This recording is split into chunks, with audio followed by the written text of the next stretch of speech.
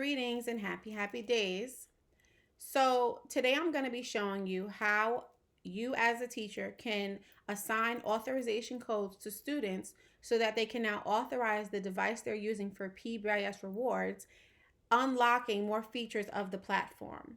So, the first thing you're going to have to do as a teacher is log into your account.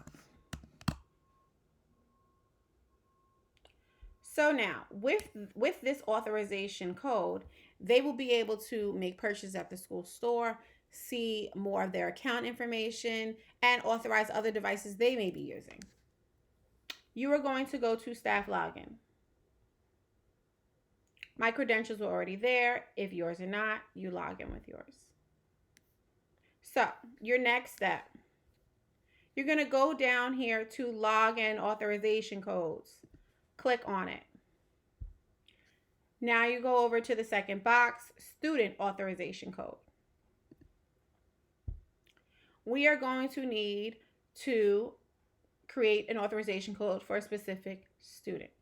So once again, these codes are only good for 4 hours, and you cannot develop a mass list of authorization codes to give per class or per homeroom. You have to get each individual student a code and develop it, okay?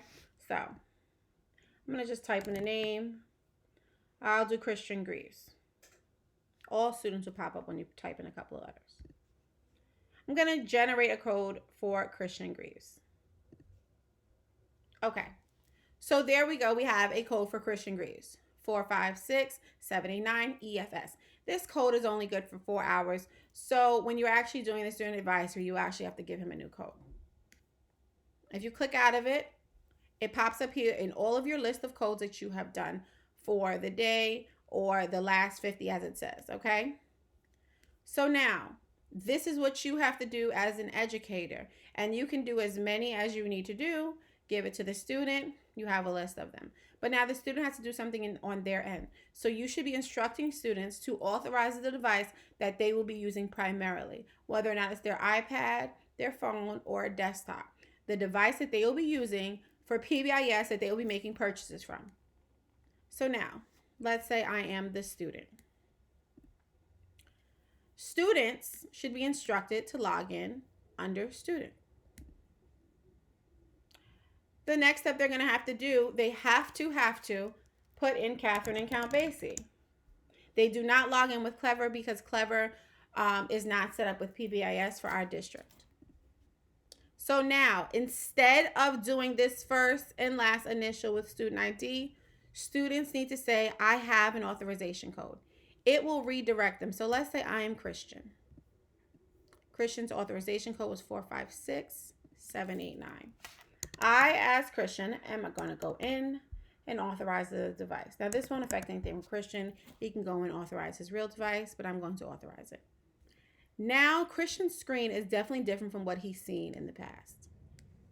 Specifically, now he has an option to not only go into the store, but to make purchases. Now, unfortunately, Christian only has 25 points. Christian or whatever student will now go to the school store.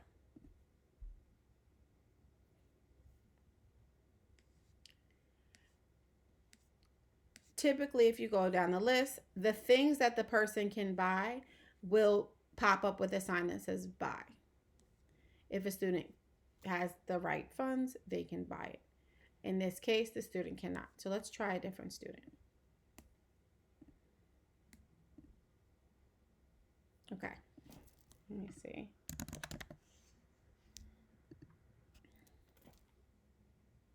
Okay, so now I'm going to put an authorization code for Jay Sean. 324 8578. 324 857 Finn. I'm going to authorize this device. Okay, better. You can go to the store. Now, he has access to other teacher stores because these are all the teachers that he has. But you're going to go to the school store because that's where most of them be made.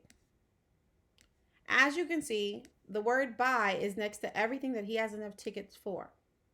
To make a purchase, just press buy. Are you sure you would like to purchase the Amazon gift card, $5? If the student is sure, they press purchase, and it comes into the Pbis inventory, and we approve or deny it. Okay?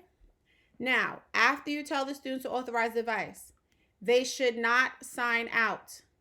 They should just close down the browser with an X, but they do not sign out. If you sign out, they will have to reauthorize the device. There are a few other things that they can do. They can activate the student app, which is on their phone. They can also see all the purchases they can make. They can see events, raffles, etc. Okay? But once again, emphasize to students, when they are done, do not press sign out. Simply X out.